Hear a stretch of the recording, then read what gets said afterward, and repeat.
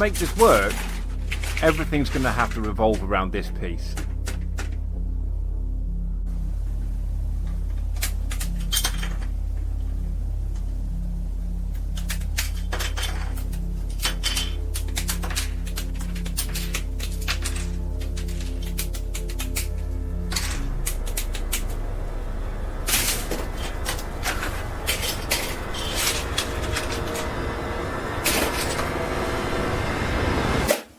And 2 sheets of A4 styrene should be all I need to make this work. Gary told me he wanted a wagon, and as of right now, the rule says if this model is not equipped with an hard case, a cannon, kill cannon or a zap gun, it can transport 1 Gazgul Thracker. But that's not the wagon that I want to build. I want something altogether more devastating. So that main piece that I showed you on the sprue earlier, that becomes the main floor for a gun wagon, and a template for a custom floor for a battle wagon.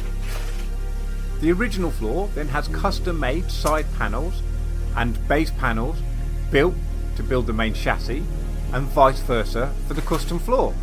I've added some holes in these custom pieces so I can thread through some axles which conveniently line up with the wheelbase from the original plastic pieces. And in a very orcish twist of fate, almost perfectly line up with these LEGO Technics tracks and wheels.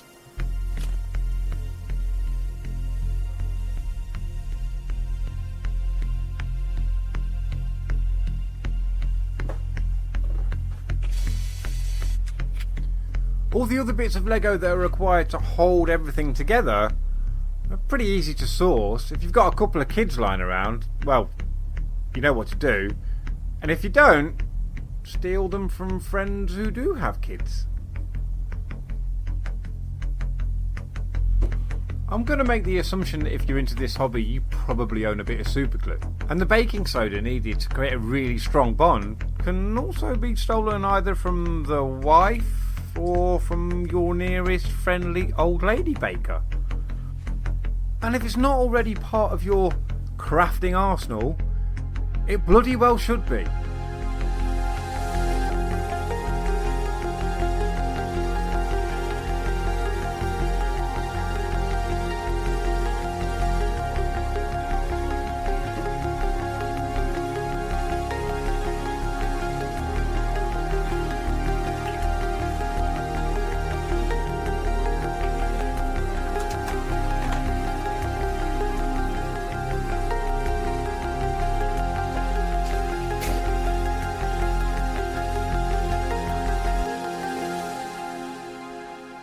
Now please excuse me, because I am going to make another assumption. If you're watching this video, you're probably well versed in building plastic kits.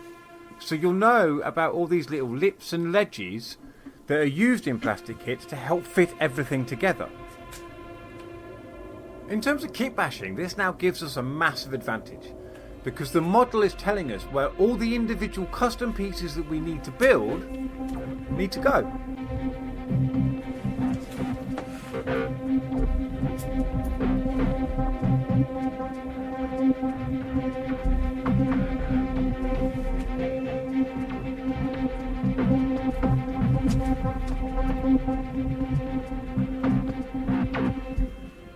At this point I feel like I should be clear. None of this build is pre-planned. Yes, I knew I wanted to get 2 models out of 1 box, but I had no idea how I was going to do that until I started doing it. What I'm doing is what I like to call #free crafting. Because, you know, I'm an edgy 20-something male who's on the cusp of intellectual genius as long as someone gives me permission to use it. What I'm trying to say is the same thing that every smith who has ever existed has ever said. Take your time, measure twice, cut once, and just let the process happen. Do not try and rush it. And no, I didn't mean smith as in this guy.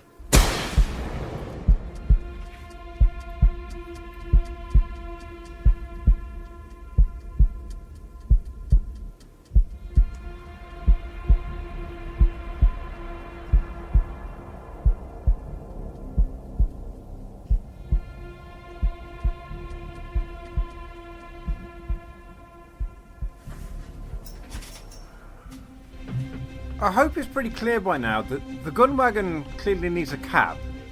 So the battle wagon that we're building probably needs a bed.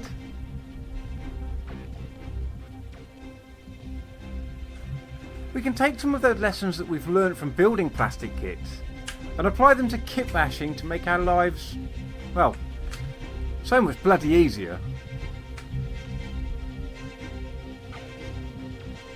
This next part of the build I did want to plan out. So I took a little hydration break and took my time to actually plan out the bed of the battle wagon, because there's a couple of little things that I very much wanted to do.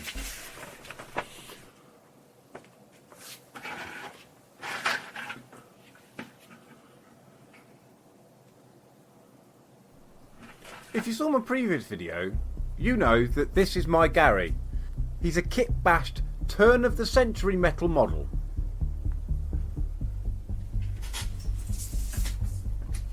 And this, well, this is bonsai potting mesh, and it's aesthetically superior to granny grating in every single way.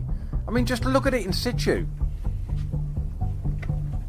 I've also started building out the cab on the gun wagon, but it definitely needs the 2 roof turrets. And I really want them to be in the same layout as the battle wagon. I've still got a lobber left over from the kit, so that solves one of the problems.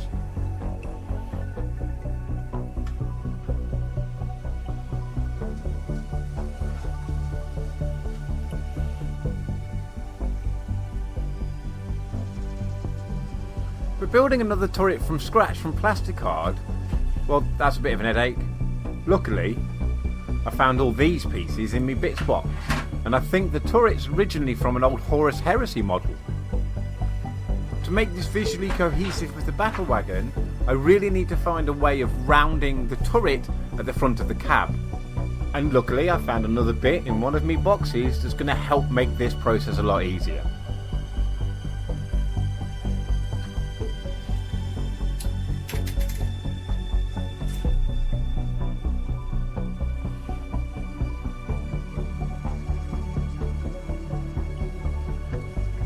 And if you can't build something round from round pieces, build something round from flat pieces.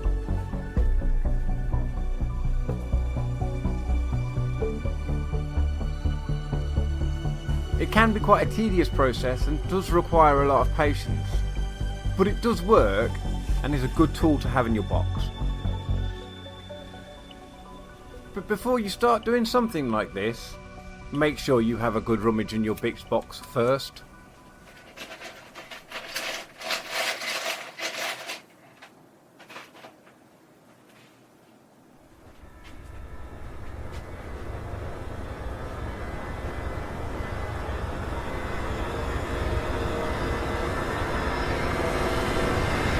The rest of the cab was just measure, cut and glue, exactly the same process as the rest of the build. I also added a few hundred rivets to both models for good measure.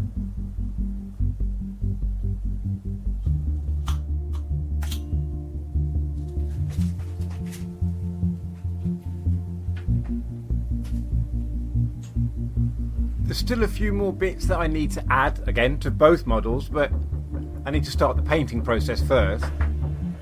And the whole point of doing this 2 wagons 1 boxing was to cut down on wasting all that GW plastic. And this is all that's left from the kit. I've still got the sprues, but this is all the parts that's left of the kit. And I've easily saved myself 60, 70 quid because I only had to buy 1 box, but I've got 2 wagons. A black primer and a couple of rounds of grey brushing. No, that's not right. A black primer and a couple of rounds of dry brushing in consecutively lighter greys, and we end up here.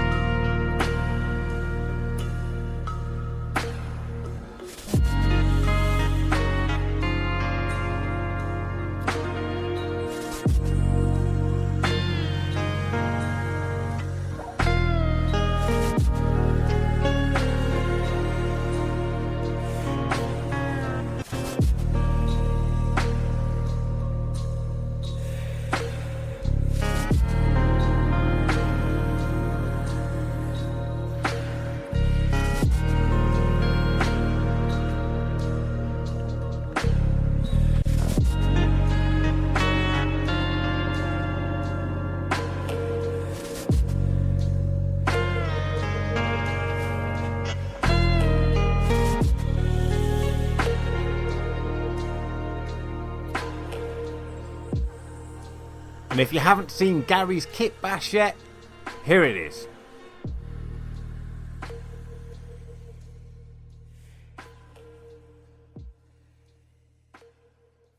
What a wonderful